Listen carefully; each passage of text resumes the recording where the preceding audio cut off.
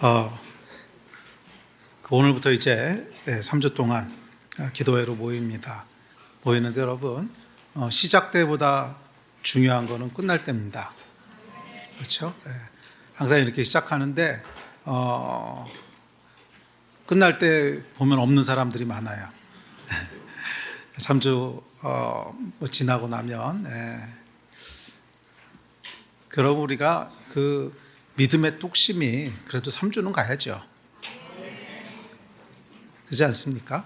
믿음의 뚝심이 3주는 가야지. 그래서 우리 끝까지 3주 동안 한번 기도하면서 달려봅시다.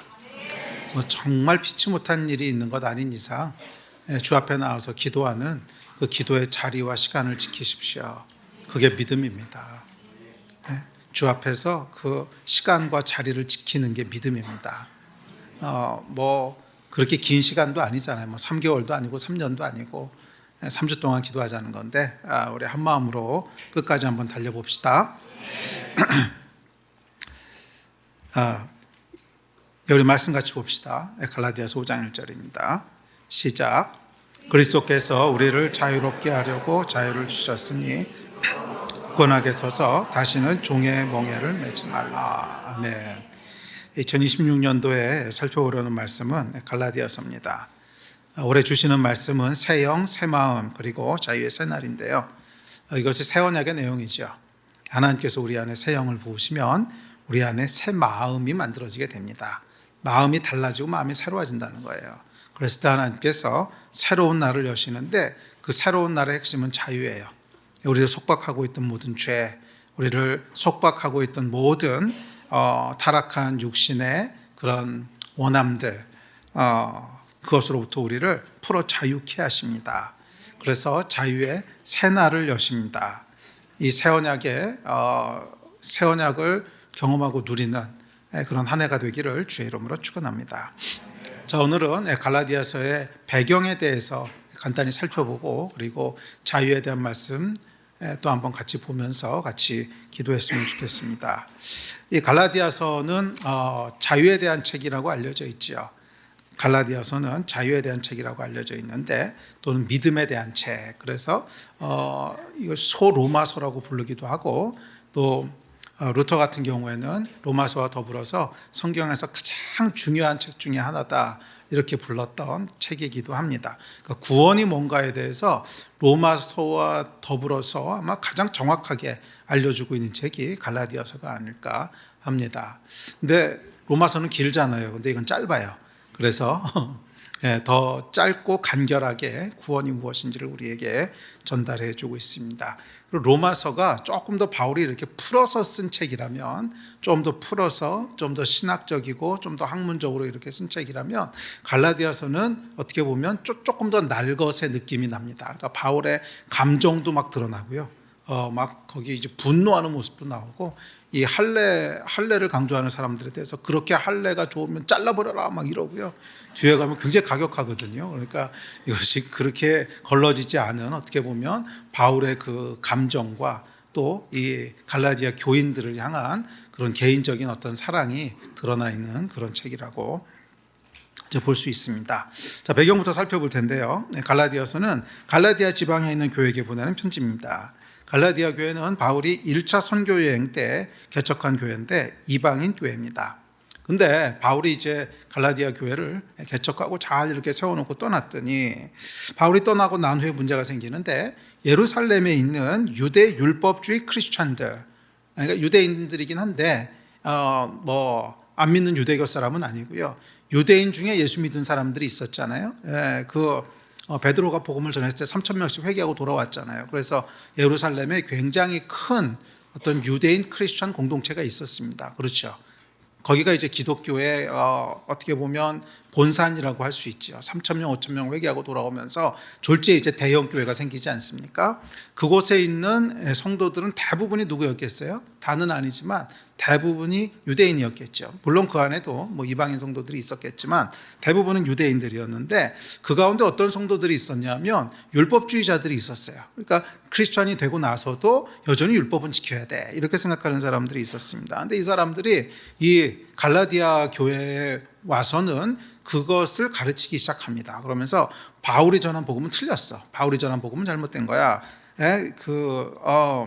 율법을 크리스천이 돼서도 여전히 율법을 지켜야 돼. 그러면서 바울을 비난하고 바울의 가르침이 틀렸다 그러고 바울은 사도가 아니라 그러고 그러면서 바울을 공격하고 바울의 가르침을 이제 비난하기 시작했습니다. 그러면서 율법 중에서 특히 뭐를 지켜야 된다 그랬냐면 할례를 받아야 된다고 강조했어요. 이 할례를 왜 강조했는가는 뒤에서 좀 설명할 텐데, 자, 이로 인해서 갈라디아 교인들은 율법과 복음 사이에 큰 혼란에 빠지게 됩니다. 초대교회 안에는 그 두 부류의 그리스도인이 있었습니다.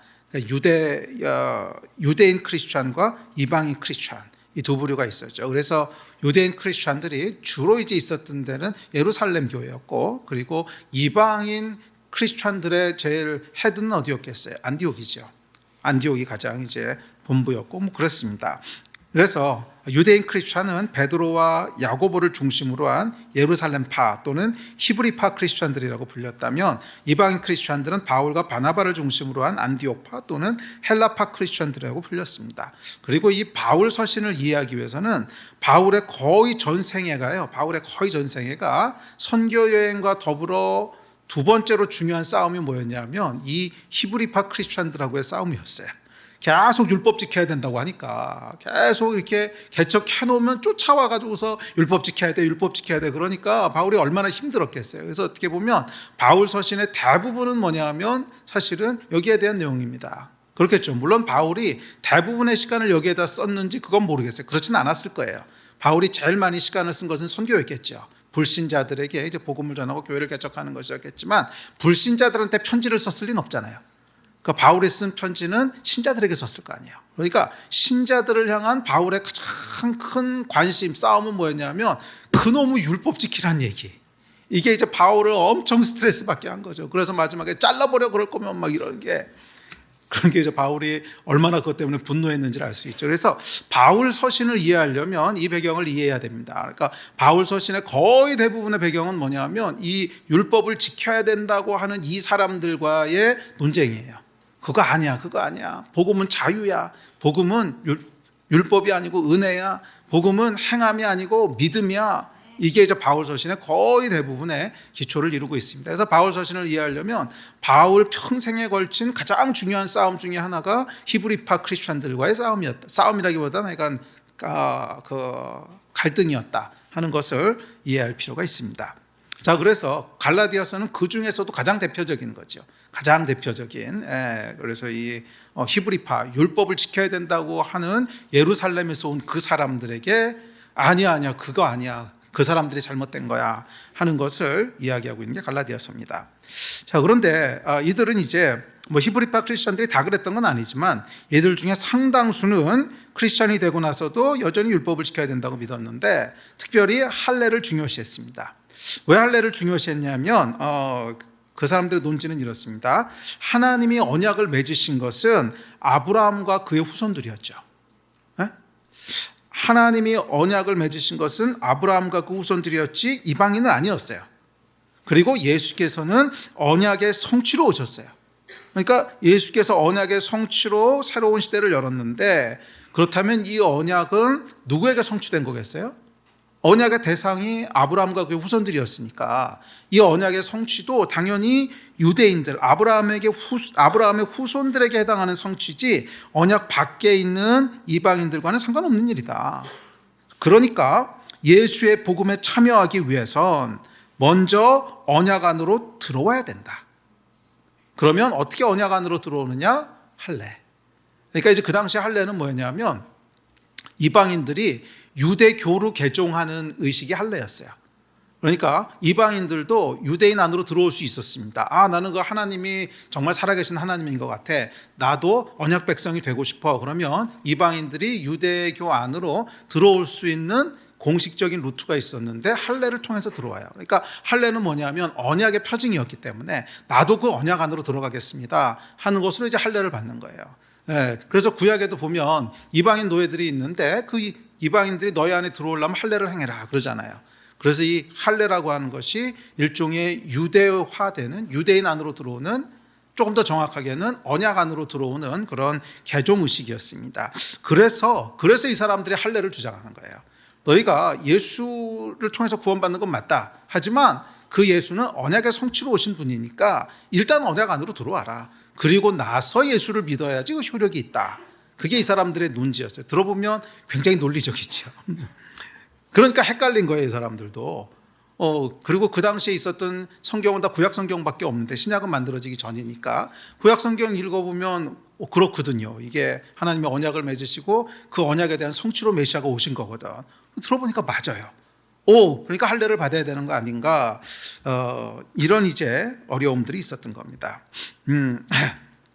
자, 그래서 이제 할례를 통해서 유대인으로 개종을 하고 나면 그리고 예수를 믿으면 그게 이제 구원에 이른다고 생각했고, 그리고 일단 유대인이 되었으면 율법이라고 하는 것은 유대 민족에게 주신 어떤 민족의 법 같은 거기 때문에 당연히 율법도 지켜야 돼. 이게 이제 그 기본적인 논지였습니다. 자, 여기에 대해서 이제 바울은 그게 아니라는 거예요. 복음은 그게 아니라는 거예요. 복음은 유대인뿐만 아니라 이방인 가운데 미치는 하나님의 의라는 거예요.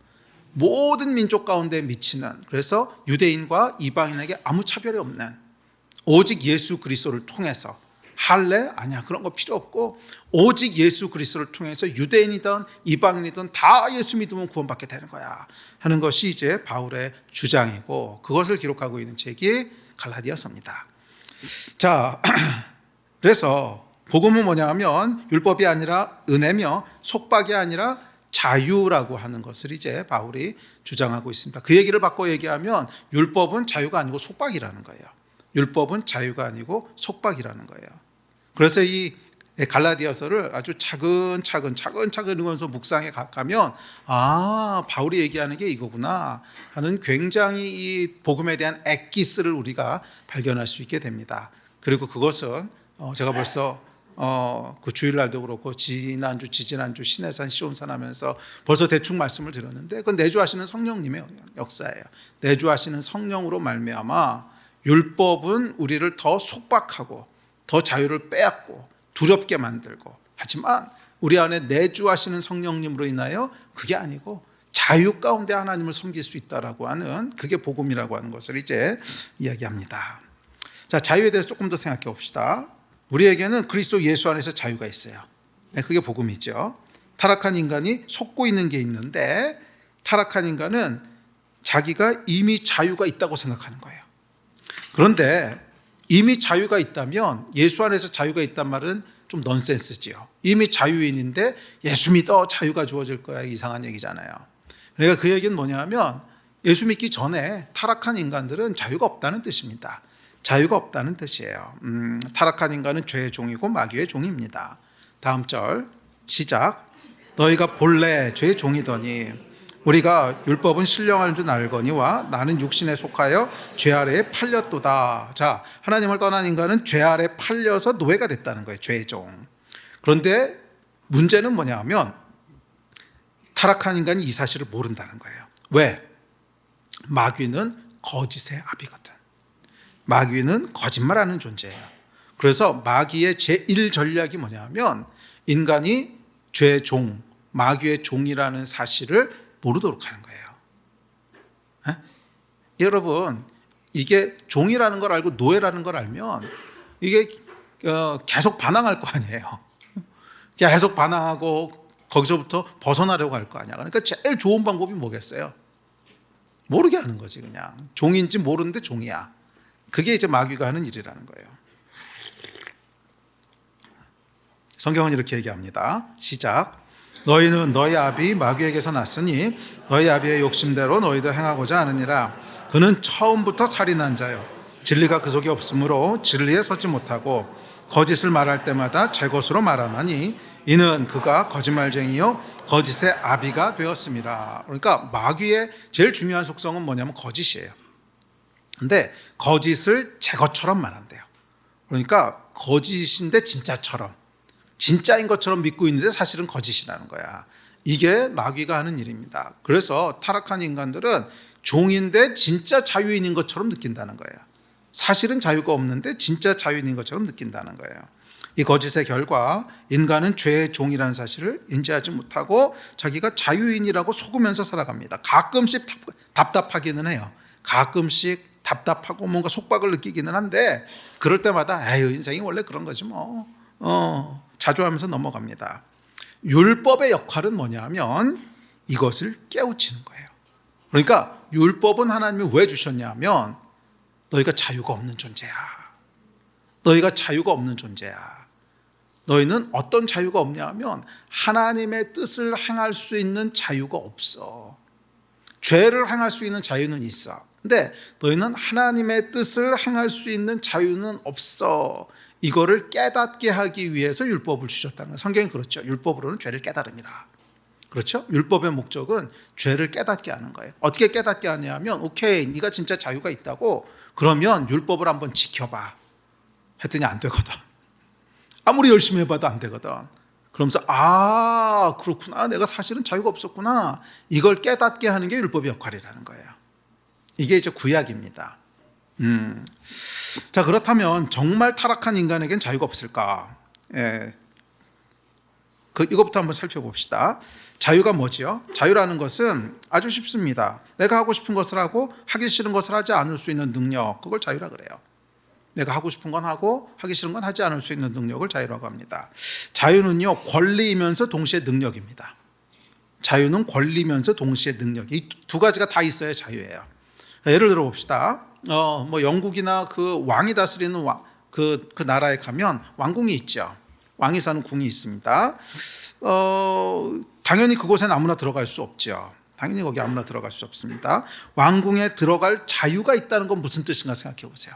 왕궁은 아무나 들어갈 수 없는데 왕궁에 들어갈 자유가 있어요. 이건 두 가지가 동시에 있어야 돼요. 첫째, 왕궁에 들어갈 수 있는 권리가 있어야 돼요. 왕족이든지 아니면 허가증을 받았든지 초대장이 있든지 하여간 법적인 권리가 있어야 자유롭게 왕궁에 들어갈 수 있죠. 권리가 없으면 못 들어갑니다. 그런데 둘째, 권리가 있어도 능력이 있어야 들어가요. 그러니까 무슨 얘기냐면 다리가 부러져가지고 꼼짝도 못해. 그러면 아무리 초대장을 받았어도 못 갈 거 아니에요. 또는 초대장을 받아서 권리는 있는데 내가 지금 한국에 있어가지고서 영국까지 가려면 비행기표를 사야 되는데 돈이 없어. 이러면 못 갈 거 아니에요. 그러니까 아무리 권리가 있어도 실질적으로 그 땅을 가서 거기를 밟고 하려면 그럴 만한 능력이 있어야 되는 거예요. 이 능력이 없으면 자유를 누릴 수 없어요. 그래서 자유라고 하는 건 뭐냐면 권리 플러스 능력입니다. 능력만 있다고 되는 건 아니에요. 아무리 내가 걸어갈 수 있고 그 왕궁 앞으로 갈 수 있는 능력이 있어도 못 가 하고 막으면 못 들어가는 거죠. 그래서 권리와 능력이 있어야 됩니다. 그렇다면 정말 타락한 인간에게 자유가 있을까? 정말 내가 하고 싶은 것을 하고 하기 싫은 것을 하지 않을 수 있을까? 율법은 그렇지 않다라고 하는 사실을 일깨워 줍니다. 율법을 지키려고 해보라는 거예요. 누구도 완전하게 못 지킨다는 거예요. 지키고 싶은 마음이 있어도 아무리 있어도 못 지킵니다. 왜? 지킬 능력이 없어요. 지킬 능력이 없어요. 그래서 바울이 이렇게 고백합니다. 시작. 내가 원하는 바 선은 행하지 아니하고 도리어 원하지 아니하는 바 악을 행하는도다. 내 속사람으로는 하나님의 법을 즐거워하되 내 지체 속에서 한 다른 법이 내 마음의 법과 싸워 내 지체 속에 있는 죄의 법으로 나를 사로잡는 것을 보는도다. 오호라, 나는 공고한 사람이로다. 이 사망의 몸에서 누가 나를 건져내랴. 그렇죠. 바울이 진짜 하나님의 말씀대로 살아보려고 발버둥을 쳤다는 거, 진심이었다는 거예요. 진심으로 하나님의 말씀대로 살아보려고 발버둥을 쳤는데 그 마지막 결론이 뭐냐면 오호라, 나는 공고한 자로다. 안 되더라는 거예요. 보니까 안 되더라는 거예요. 바울이 진짜 원하는 거 선을 행하는 거였고요. 바울이 진짜 원하는 거 율법 다 지키는 거였어요. 그렇죠. 이 사람이 바리새인 중에 바리새인이잖아요. 바울이 진심으로 그렇게 원했어요. 근데 안 되더라는 거예요. 바울도 안 됐는데 세상에 누가 이걸 하겠어요? 바울처럼 정말 특심한 열심이 있었던 이 사람이 해도 안 되는데 안 된다는 거예요. 그러니까 이게 무슨 의미냐면 우리에겐 하고 싶은 것을 할 자유, 특별히 능력이 없다는 거예요. 하고 싶다고 다 할 수 있는 줄 알았지? 한번 해봐. 안 되던데. 이게 율법의 역할이라는 거예요. 한번 다 해봐. 안 되잖아. 무슨 얘기냐면 우리는 죄를 짓지 않을 자유가 없다는 거예요. 하나님의 뜻을 행하고 싶어도 행할 수 있는 자유가 없다는 거예요. 특별히 능력이 없다는 거예요. 의인은 없나니 하나도 없다니. 하나도 없습니다. 그래서 우리는 죄의 종이에요. 죄를 벗어날 힘이 없으니까. 죄를 벗어나고 싶은데 안 되니까. 율법의 역할은 우리가 죄의 종이고 노예일 뿐, 자유가 없다는 것을 깨닫게 해주는 거예요. 딱 여기까지가 율법의 역할입니다. 그 다음부터는 뭐예요? 복음의 역할이에요. 여기까지가 딱 율법의 역할이고 그 다음부터는 뭐예요? 복음의 역할이에요. 복음은 뭐냐 하면 이렇게 죄로 인해 자유를 빼앗긴 인간에게 자유를 되찾아주겠다는 거예요. 우리 하나님은 어떤 분이시냐면 자유를 주신 하나님이세요. 창조주 성부 하나님도 그렇고 성자 예수님도 그렇고 성령님도 그렇고 모두 자유를 주시는 분이세요. 창조주 하나님께서 자유를 주셨습니다. 선악과죠. 죄로 인해 자유를 뺏겼어요. 예수께서는 그 뺏긴 자유를 되찾아 주세요. 성령께서는 그 자유를 누리게 하세요. 그러니까 삼위 하나님이 다 뭐 하시는 분이시냐면 자유를 주시고 뺏겼는데 다시 찾아주시고 실제로 누리게 하시고, 이게 삼위 하나님이 하시는 일이라는 거예요. 자, 어제 살펴봤듯이 창조주 하나님은 인간에게 자유를 주세요. 인간 자유의 근원은 하나님이세요. 하나님이 우리에게 자유를 주셨기 때문에 그것은 사람이 통제하면 안 돼요. 그 자유는 사람이 통제하면 안 돼요. 하나님이 주신 거기 때문에. 자, 그런데 불행하게도 죄가 들어오죠. 죄의 치명적인 결과는 자유를 뺏어간다는 거예요. 죄로 인해 인간은 죄의 종이 됩니다. 죄의 지배를 벗어날 수 없는 죄의 종, 마귀의 종이 돼요. 그리고 앞서 언급했듯이 마귀는 거짓의 아비이기 때문에 우리가 죄의 종이고 마귀의 종이 되었다는 사실을 속입니다. 마치 내가 스스로 인생의 주인이 되어서 자유롭게 선택하는 자유인으로 살고 있다고 믿게 해요. 이 거짓의 결과 인간은 죄의 종이란 사실을 인지하지 못하고 속으면서 삽니다. 그런데 삶은 점점 피폐해져 가고 속박은 점점 우리를 옥죄어 옵니다. 이게 죄의 결과예요. 이 이야기도 제가 어저께 잠깐 나눴죠. 그러니까 이게 이 육체의 텔레마가 있고 성령의 텔레마가 있는데, 육체의 텔레마를 계속 쫓아가면 어떻게 되냐면 하나님의 창조 질서에서 계속 벗어나는 거예요. 그러면 인생은 계속 망가지는 거예요. 하나님께서 사람을 창조하시고 복을 주셨단 말이에요. 복을 주신 건 뭐냐면 하나님이 창조하신 질서대로 하면 그 안에서 복을 누리도록 만드셨어요. 더 인생이 풍부해지고 풍성해지고 행복해지고 이렇게 만드셨는데 자꾸 벗어나요. 그럼 어떻게 되겠어요? 망가지는 거죠. 원래 창조주의 질서에서 계속 벗어나니까. 그래서 이 육체의 텔레마를 따라 사는 것도 표면적으로는 자유인 것 같아. 왜? 내가 원하는 걸 하니까. 그런데 이게 거듭되면 점점 인생이 망가지면서 오히려 더 큰 속박이 오게 됩니다. 더 큰 속박이 오게 되기 때문에 이건 자유에 이르는 길이 아니에요. 자, 여하튼지 간에 죄로 인해서 자유를 뺏깁니다. 예수께서는 이 죄로 인해 뺏겼던 자유를 되찾아 주세요. 이게 복음의 내용이죠. 다음 절 시작. 그러므로 아들이 너희를 자유롭게 하면 너희가 참으로 자유로우리라. 그리스도께서 우리를 자유롭게 하려고 자유를 주셨으니 그러므로 굳건하게 서서 다시는 종의 몽해를 매지 말라. 자, 그래서 두 번째는 뭐냐면, 그래서 성부 하나님께서 자유를 주셨는데 뺏겼어요. 그리고 이제 두 번째로 등장하시는 분이 예수님, 자유를 되찾아 주십니다. 그런데 거기에는 순서가 있습니다. 첫 번째 주자는 뭐냐면 율법이에요.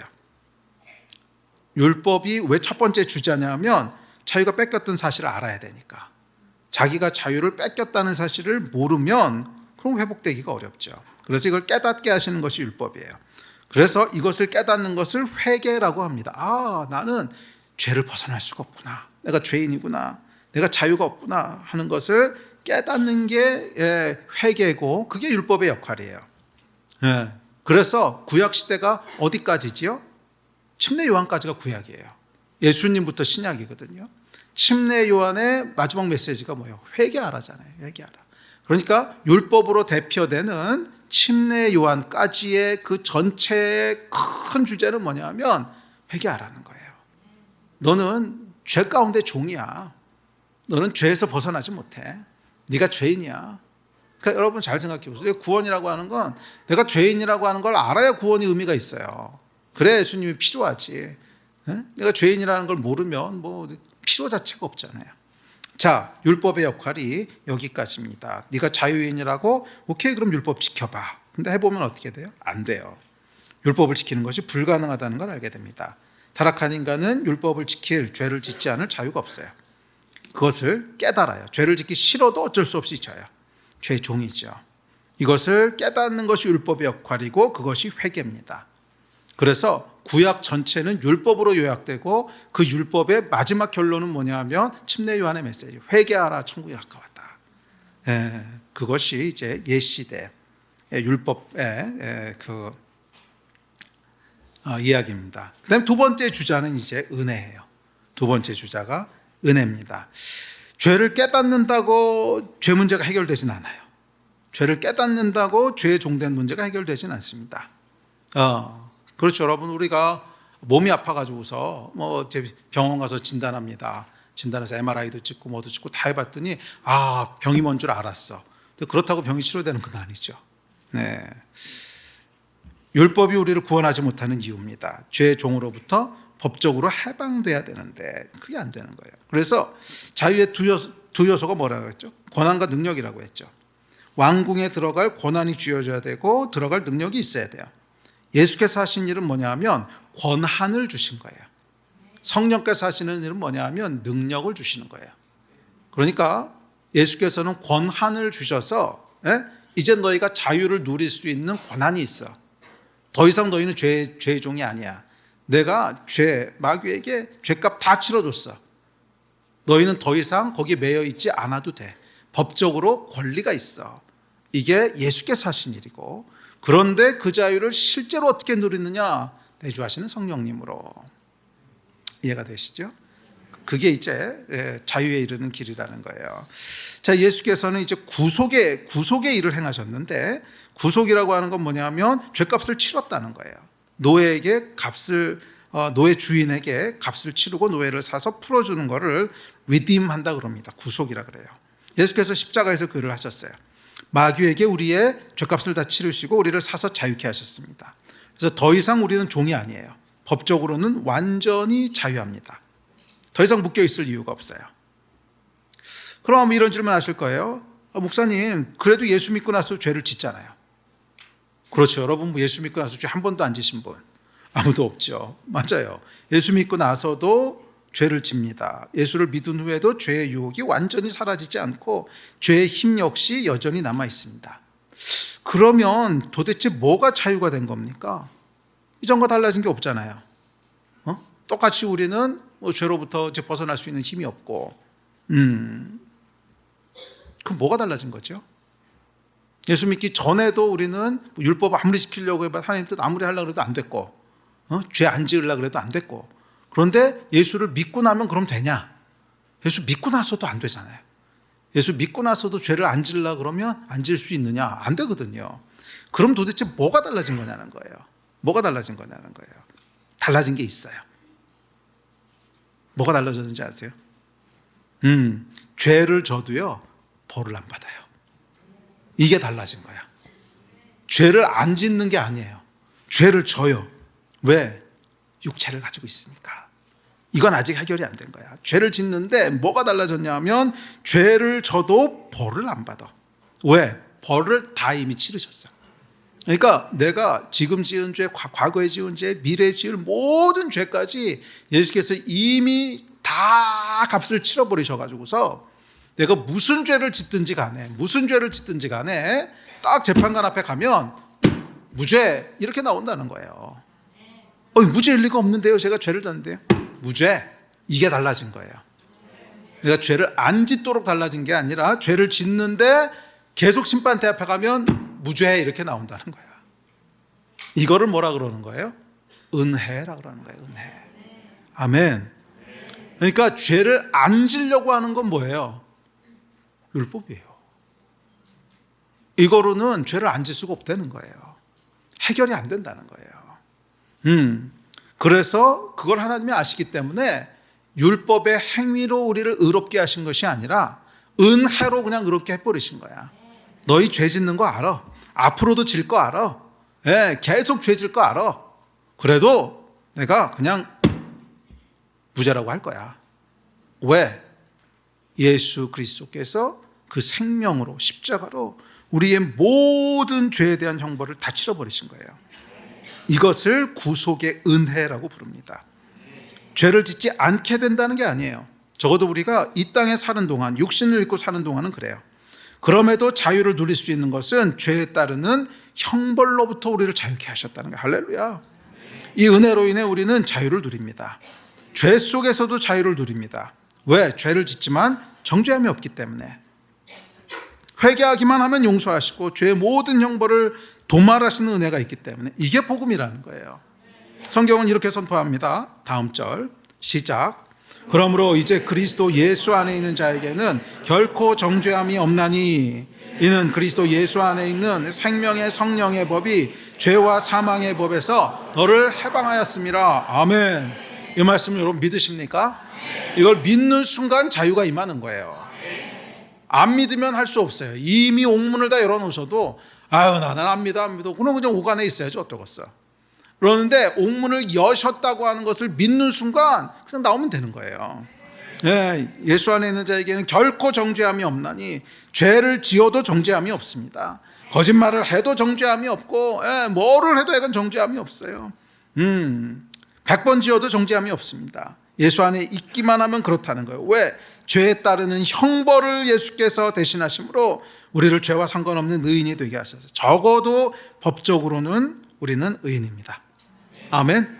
어떤 죄를 지어도 여전히 법적인 신분은 의인이에요. 맞아요. 예수께서 구원하신 것은 뭐냐면 우리의 신분을 바꾸신 거예요. 우리의 신분을 바꾸신 거예요. 뭐 신분이 바뀌었다고 해서 내 삶의 패턴이 달라지진 않아요. 그렇지 않습니까? 신분이 바뀌었다고 해서 갑자기 내가 딴 사람이 되진 않아요. 그러니까 여러분들이 만약에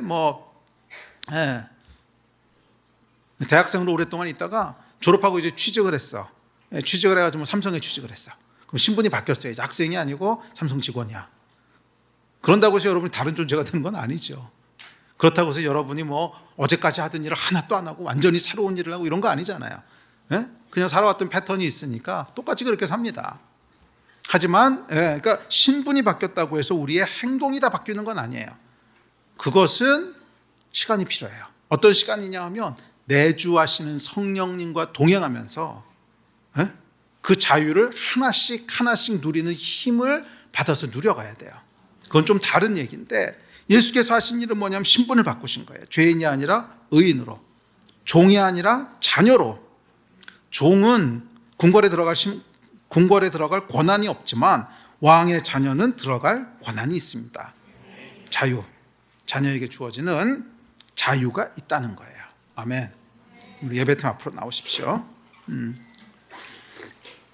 자, 첫 번째 주자가 율법이고 죄를 깨닫게 합니다. 두 번째 주자가 뭐라고요? 은혜로 신분이 바뀌어요. 그럼 세 번째 주자가 뭘까요? 그 성령님이시지. 세 번째 주자가 성령이에요. 그래서 갈라디아서도 보면 결국 가장 많은 분량을 어디에 배당하고 있냐면 성령님. 너희가 믿을 때 성령을 받은 것 아니냐? 성령을 받은 것이 율법의 행함으로냐 아니면 듣고 믿음으로냐? 그러면서 성령에 대한 이야기를 가장 길게 합니다. 왜? 자유를 실제적으로 누리게 하는 것은 결국 내주하시는 성령님이시거든. 근데 이거는 여러분 한꺼번에는 안 돼요. 이게 여러분 한꺼번에 된다는 건 뭐냐 하면 우리의 인생이 망가져야 돼요. 사람이 여러분 어저께랑 갑자기 순간적으로 다른 존재가 되려면 내 안에 그동안 행했던 모든 것들이 이렇게 찢어지고 망가지고 막 그런다는 뜻이거든요. 근데 하나님께서 그렇게 하지 않으세요. 우리 인격을 막 찢으면서 망가뜨리시는 것이 아니라 그 인격을 그대로 성장하게 하시거든요. 그러니까 이게 성장한다고 하는 것은 시간이 걸린다는 뜻이에요. 그래야 우리 안에 있는 인격이 그대로 보존되면서 점점점 성숙해 갈 수 있어요. 그래서 하나님께서 자유를 누리게 하시는데 그냥 인스턴트리 한순간에 하게 하시지 않으세요. 과정을 거쳐가면서 어떻게? 내 안에 성령님과 동행하면서 그것을 하루, 이틀, 10년, 20년 그러면서 점점점 자유를 누리게 해 가시는 거예요. 이게 하나님이 행하시는 일입니다. 자, 어쨌거나 그래서 세 번째 주자는 뭐냐면 성령님이세요. 네, 그리고 성령께서는 이제 뭐를 하시냐 하면 자유를 누릴 수 있는 능력을 주십니다. 예수의 십자가가 뭘 주신다고요? 권한을 준다면 자유는 뭐예요? 권한 플러스 능력. 그러면 성령께서는 능력을 주세요. 다음 절 같이 읽어봅시다. 시작. 주는 영이시니 주의 영이 계신 곳에는 자유가 있느니라. 내주하시는 성령께서 우리로 자유를 누릴 능력을 주신다는 거예요. 어떻게? 탈레마. 우리 안에 성령께서 새 마음을 주시는 거예요. 그래서 새 영을 우리 가운데 부으시겠다. 어떻게? 예수께서 부활 승천하신 다음에 우리에게 새 영을 부으시는데 그 새 영이 우리 안에 임하면 무슨 일이 벌어지는가 하면 우리 안에 새 마음이 만들어지는 거예요. 그래서 이전과는 다른 마음이 만들어져서 그 마음을 따라 살아갈 때 내가 자유와 기쁨과 감격 가운데 그렇게 하나님을 섬기는데 그게 하나님을 기쁘시게 하는 일이야. 그러니까 옛날에는 마음은 딴 데가 있는데 참 안 되는 거 가지고 행동을 쳐서 복종시키려고 하고 안 되면은 좌절감, 두려움, 정죄감. 그런데 예수께서 그 모든 두려움, 좌절감, 정죄감을 다 처리하셨어요. 너희 실패해도 괜찮아. 실패해도 100번 실패해도 괜찮아. 응? 100만 번 실패해도 괜찮아. 정죄감 없어. 내가 이미 다 처리했어. 그러니까 정죄감 가지고 하나님 섬기려고 그러지 마. 의무감 가지고 하나님 섬기려고 하지 마. 하나님 싫어하시는 거야. 그럼 뭘로 섬기는 거예요? 기쁨으로, 열정으로. 그건 어디서부터 와요? 성령님. 이제 너희 안에 내가 새 마음을 만들 거야. 너희 안에 그 안 되고 실패하는 것에서 오는 막 정죄감, 두려움, 나는 안 돼, 낙심되는 마음, 그걸로 하나님 섬기려고 그러는 것이 아니고 그거는 이미 내가 다 처리했어. 예수 안에 있는 자에게는 결코 정죄함이 없어. 끝. 그 대신 내가 새 마음을 줄 거야. 하나님을 기뻐하는 마음, 하나님을 즐거워하는 마음. 예, 그 마음을 줄 텐데 새 영을 주면 너희 안에 이 새 마음이 만들어질 거야. 그 마음 가지고 하나님 섬겨. 그 마음 가지고 하나님 앞에 마음껏 살아봐. 하나님 앞에 마음껏 뛰어봐. 이게 복음이라는 거예요. 예수께서 이걸 선포하시는 거예요. 너의 모든 정죄함은 내가 다 끝났어. 그러므로 그리스도 예수 안에 있는 자에게는 결코 정죄함이 없나니. 결코 정죄함이 없나니. 정죄함 가지고 하지 말고 너희 안에 계신 성령님 안에서 마음껏 뛰어봐. 하고 싶은 대로 해봐. 하다가 그래도 죄 짓는데요, 괜찮다니까, 형벌이 없다니까요. 야, 이건 여러분, 이건 진짜 말도 안 되는 특권입니다. 뭔 짓을 해도 형벌이 없다니까. 뭔 짓을 해도 형벌이 없다니까. 그러니까 이게 복음인 거죠. 실패해도 괜찮고 넘어져도 괜찮고 뭐 별짓을 해도 괜찮아. 왜? 예수 안에만 있으면, 예수 안에만 있으면 정죄함이 없어요. 자, 그러니까 여러분, 하나님이 카운트 하시는 게 뭔가를 다시 한번 보세요. 우리 안에 두 마음이 있어요. 성령이 있고 육신이 있죠. 두 개의 제너레이터가 이제 마음을 만들어내죠. 그러면 사람은 다 똑같습니다. 육신을 가지고 있는 이상 항상 성령의 제너레이터가 돌아가는 건 아니에요. 육신의 제너레이터가 돌아갈 때가 있어요. 그럼 이것 때문에 이제 실패하고 넘어지고 죄짓고 그러죠. 이게 여러분, 알라하고 하나님 차이가 뭔지 아세요? 알라는 저울을 하나 이렇게 딱 둬요. 저울을 이렇게 하나 딱 둔 다음에 여기에 육신으로 죄짓는 거 계속 카운트해가지고 이렇게 달아놓고, 그 다음에 알라의 뜻대로 행한 거, 그 선을 행한 거를 또 다 모아서 이쪽에다 달아놔. 그리고 마지막에 뭘 하냐 하면 어느 게 더 무거운 거 재는 거예요. 그래서 천국과 지옥을 가른다는 거예요. 그러니까 결국 두려움이 근본적인 동기예요. 그런데 하나님은 뭐라 그러시냐면 여기서 만들어내는 거 있잖아요. 이거는 아예 카운트를 안 하시겠다는 거야. 이거는 하나도 카운트를 안 하시겠다는 거예요. 그러면 여기서 만들어지는 거 있잖아요. 이것만 계속 올려놓으시겠다는 거예요. 이것만. 물론 상급은 있습니다. 물론 상급은 우리가 이 땅에서 살아간 거에 따라서 상급은 있는데, 그 상급은 여기서 만들어진 거 올리고 여기서 만들어진 거 올려서 이렇게 재가지고 상급 주는 게 아니에요. 이거는 아예 카운트를 안 해. 왜? 예수의 보혈로 끝났거든. 그러면 이걸 카운트하는 거야. 이거를 새롭게 만들어진 그 마음을 쫓아서 얼마나 행했는가, 그것만 계속 카운트하시겠다는 거예요. 야, 이거 여러분, 이거는 진짜 말이 안 되는 겁니다. 아무리 실패해도 괜찮다는 거예요. 그거 카운트 안 할 테니까 넘어져도 괜찮아. 다시 시작하면 돼. 실패? 괜찮아. 다시 시작하면 돼. 죄 졌는데요? 괜찮아. 어차피 카운트 안 해. 다시 시작하면 돼. 이게 몇 번을 죄를 져도 카운트 안 하시겠다는 거예요. 다시 시작하면 돼. 다시 시작하면 돼. 이걸 카운트 하시겠다는 거예요. 아멘이십니까? 네. 물론 우리가 이거를 계속 이러고 있으면요, 현실에서 삶은 좀 힘들 겁니다. 그건 어쩔 수 없어요. 하나님이 창조하신 법칙이 죄를 지면 인생이 꼬이게 되거든. 근데 그건 하나님의 어떤 형벌이라기보다는 그거는 그냥 이 땅을 살아가는 동안 그 질서를 벗어났기 때문에 그냥 괴로운 거고, 하나님이 천국에서 준비하실 상급하고는 다른 거라고 좀 믿어요. 이 땅에서 우리가 죄 때문에 고생하는 거랑 천국의 상급은 다르다는 거예요.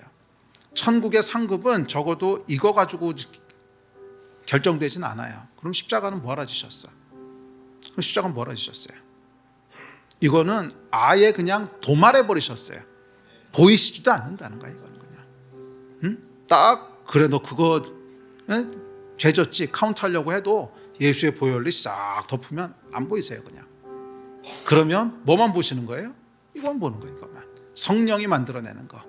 그걸 얼마나 따라왔느냐, 그걸 얼마나 따라왔느냐, 그것을 가지고 하나님이 우리의 상급을 주신다는 거예요. 그러니까 마이너스는 하나도 카운트 안 하시고 플러스만 계속 카운트 하시는 거예요. 근데 뭐 사람에 따라서 플러스 크레딧 쌓는 것도 다르긴 하겠죠. 그러니까 상급은 다를 텐데 이게 플러스 마이너스를 재는 게 아니라는 거예요. 아시겠습니까? 이게 자유라는 거예요. 이게 자유. 플러스 마이너스를 재면 거기 자유가 없어요. 조바심과 두려움만 있지. 마이너스가 없는 거예요. 그래야 자유가 있는 거예요. 그러면서도 상급은 있는 거예요. 왜? 플러스 크레딧은 다르니까. 이 사람들이 이 원리를 오해를 해요.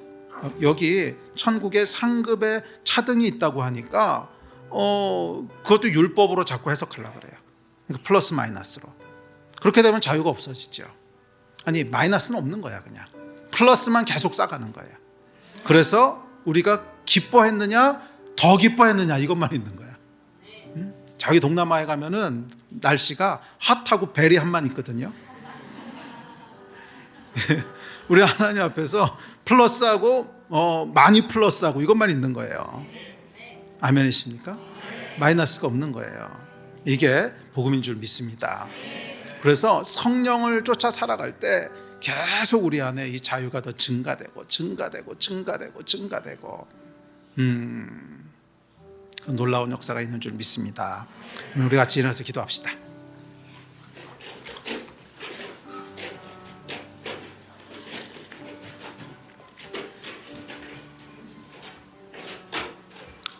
혹시라도 여러분 안에 그런 율법의 정죄함이 있으신 분들이 있다면 오늘 예수의 십자가 앞으로 나갑시다. 그 정죄함은 여러분 예수 안에는 없는 거라 그러셨어요. 그리스도 예수 안에는 정죄함이 없다 그랬는데, 근데 이 정죄함이 어디서부터 와요? 그 마귀에서부터 오는 거예요. 속이는 거예요. 계속 거짓말하는 거예요. 우리 거짓말로부터 좀 벗어납시다. 거짓말로부터 벗어납시다. 정죄함이 없어요. 혹시라도 우리 안에 이 정죄함의 그런, 이게 율법인데 율법에 묶인 것이 있다면 오늘 다 끊어지는 역사가 있기를 주의 이름으로 축복합니다. 또한 우리를 묶고 있는 구체적인 사슬들이 있다면 그것도 오늘 끊어지도록 기도합시다. 성령 안에 능력이 있어요. 치유를 위해서도 기도합시다. 치유를 위해서도 기도합시다. 제 그 개인적인 촉으로는요, 이 치유의 그 때가 거의 찬 것 같아요. 거의 때가 차야 되잖아. 제가 어떻게 하냐면은 제가 기도 사역하기 직전까지 우리 치유기도 계속 했잖아요. 그리고 딱 기도 사역을 시작했는데 기도 사역이 아니고 병원 사역이었어요. 정말 사방이 다 아팠어요. 처음엔 어깨가 안 움직이지더니, 그래서 지금도 이 어깨가 안 좋아서 운전을 잘 못하거든요. 어깨가 안 올라가더니 그 다음엔 뭐가 왔냐면 정말 한 10년 동안 한 번도 온 적이 없던 이석이 다시 와가지고서 어지럼증이 와가지고서 10년 동안 온 적이 없었거든요. 이석이 와가지고 어지러워서 이제 움직이지를 못하다가 그 다음에 목소리가 가다가 그 다음에 제가 계속 이제 뭐 타이핑해야 되는데 여기에 알 수 없는 염증이 생기면서 이게 타이핑을 못해요. 그래서 이렇게 보니까 이게 뭐지? 팔이 아프니까 기타도 못 치고 목이 안 나오니까 설교도 못하고 손에 염증이 생겼으니까 글도 못 써. 제가 하려고 하는 모든 거를 다 막는 것 같은 느낌이야. 그러면서 아싸 때가 찼구나. 이 마귀가 지랄을 한다고 하는 건 뭐냐 하면 때가 찼다는 뜻이에요. 우리가 이 치유를 놓고 계속 기도했잖아요. 그러니까 마귀가 뭐 하는 줄 아세요? 마지막에는 조롱해요. 그게 속이는 거거든요. 너 해봐. 뭐 치유하더니 너 온몸 다 아프잖아. 그걸 딱 보는 순간 아 때가 찼구나. 조금만 더 하면 되는 거구나. 그 믿음이 오기 시작했어요. 아멘이십니까? 우리 조금만 더 믿음을 가지고 기도합시다. 예? 마귀가 이렇게 마귀니까 좀 험한 말을 써도 돼요. 지랄을 하는 거는 급하다는 뜻입니다. 얘도 급하다는 뜻이니까 때가 거의 찼다는 거예요. 우리 함께 좀 기도합시다. 오늘 먼저 기도할 때 우리 자유를 위해서 기도합시다. 예, 모든 묶임들은 오늘 다 끊어지는 역사가 있게 하여 주시옵소서. 우리 안에 있는 모든 속박들은 다 끊어질지어다. 마귀의 거짓말은 이 시간 떠나갈지어다. 우리를 정죄하고 우리가 실패했다고 얘기하고 너는 안 되라고 얘기하는 모든 마귀의 거짓말들은 이 시간 예수의 이름 명하노니 다 끊어질지어다. 이 일을 위해서 먼저 주여 한번 부르짖고 다 같이 합심해서 기도하시겠습니다.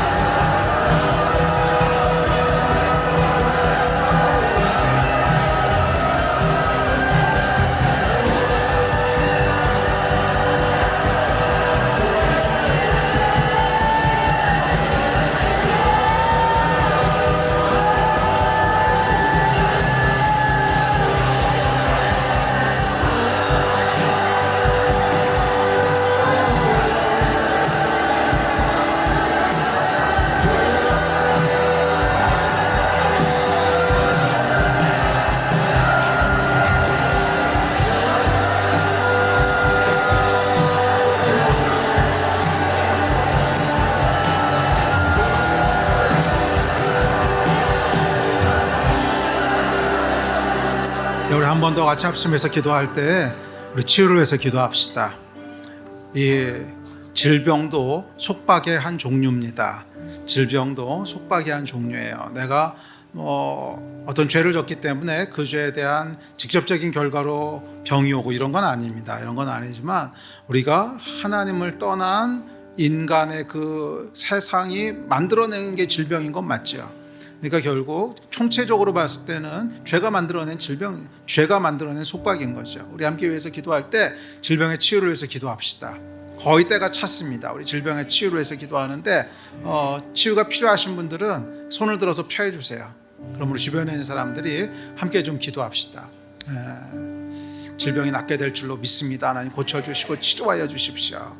이 시간 성령의 강권적인 역사로, 강권적인 운행으로 역사하여 주셔서 모든 질병들을 떠나가게 하여 주십시오.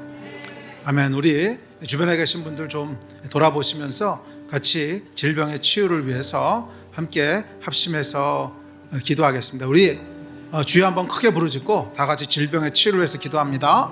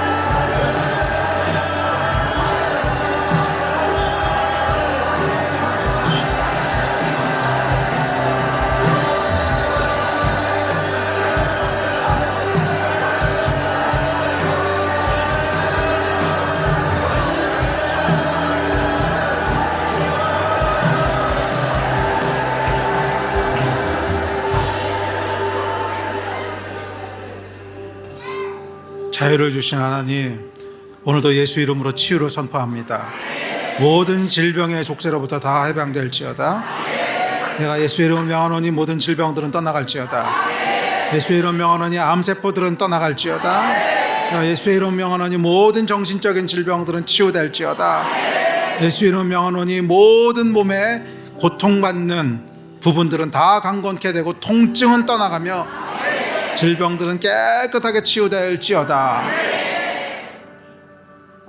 주께서 행하실 것을 믿습니다. 감사합니다. 주 예수 그리스도의 이름으로 기도했습니다. 아멘, 아멘.